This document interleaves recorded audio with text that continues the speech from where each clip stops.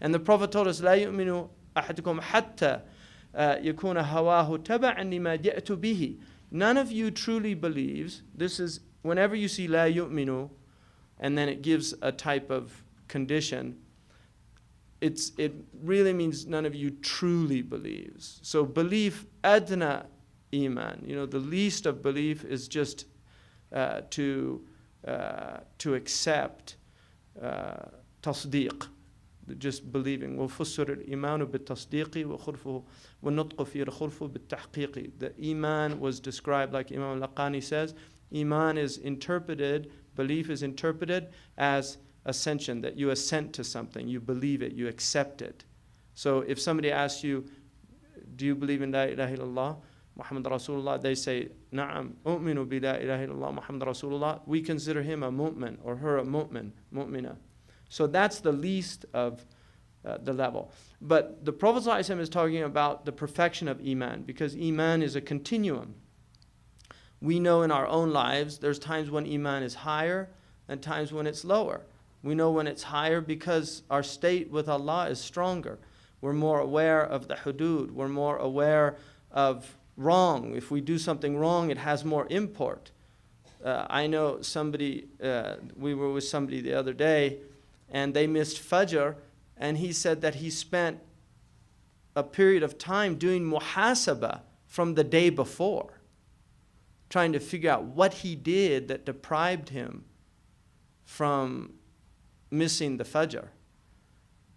That's a hal, that's a level of awareness of your Lord in your deen that a lot of people don't have, because a lot of people don't think about things like that, of why certain things, because if you're not, why certain things happen relating to your deen.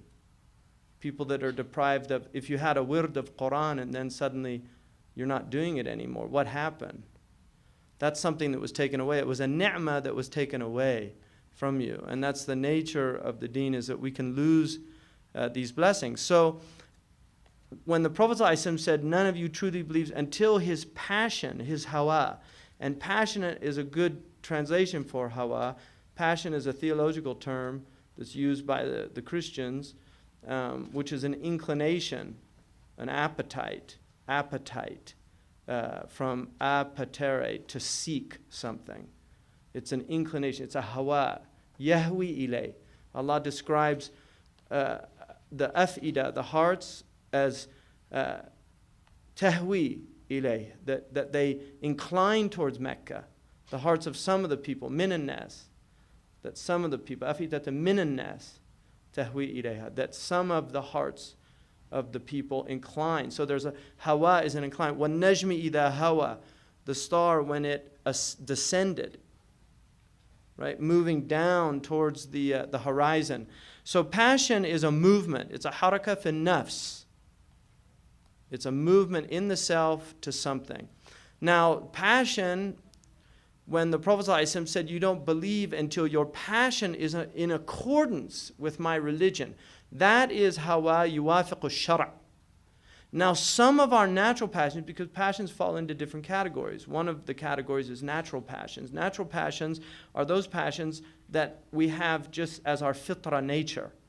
Eating is a natural passion. That's an appetite. It's a sensitive appetite. Sexual desire is a natural appetite.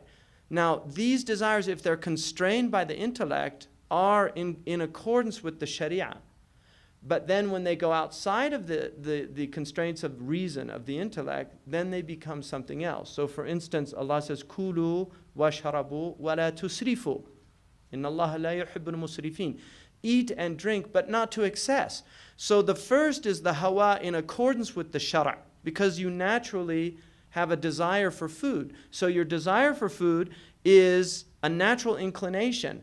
And if it's within the bounds of reasonableness, then it's in accordance with the shara'. But if it goes outside of those bounds, it's no longer in accordance with the shara'. You've entered into israf and tabdhir. And Allah says those are the brethren of shaitan, the shayateen. They're the brothers of the shayateen, the people that are extravagant.